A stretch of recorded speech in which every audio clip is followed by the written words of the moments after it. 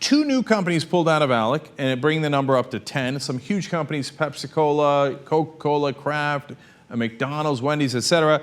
And so what happened with ALEC? All of a sudden, victory! Kind of. They're pulling their voter ID law support and stand your ground law support. Look, these guys are going to continue to do a lot of damage. ALEC, of course, is this group that brings state legislators who are totally corrupt together with corporations who want to corrupt them.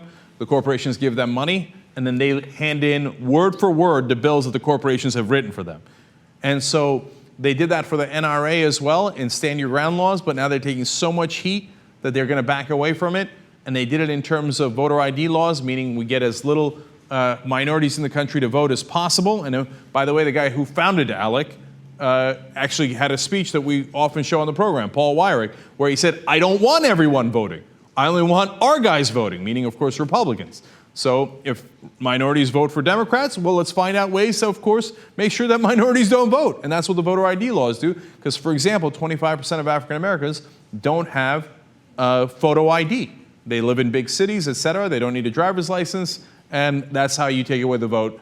It's a new form of discrimination. So ALEC has now put out a statement saying, we are eliminating the ALEC Public Safety and Elections Task Force that dealt with non-economic issues and reinvesting these resources in the task forces that focus on the economy.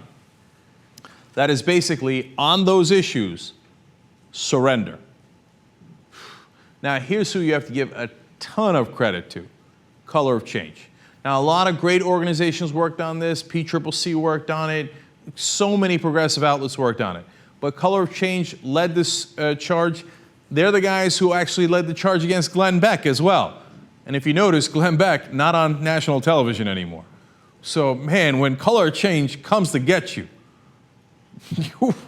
you better watch out, son, because they're coming, okay, and they come correct. So, now it doesn't mean that the battle is over, because ALEC is now redirecting their energy towards other ways of screwing us. Here are the projects they're still working on. This is from Think Progress, of the measures that ALEC has specifically pushed for in the past.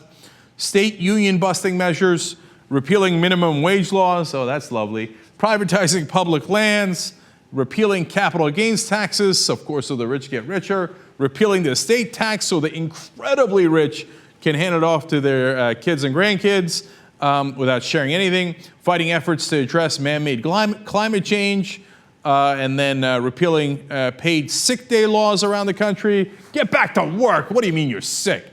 Requiring a supermajority to raise taxes so that they can never be raised like in California, and pushing rules that deem kids eating rat poison as an acceptable risk.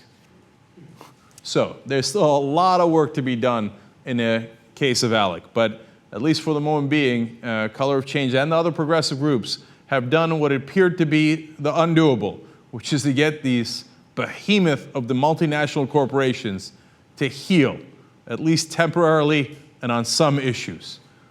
It's a fantastic victory.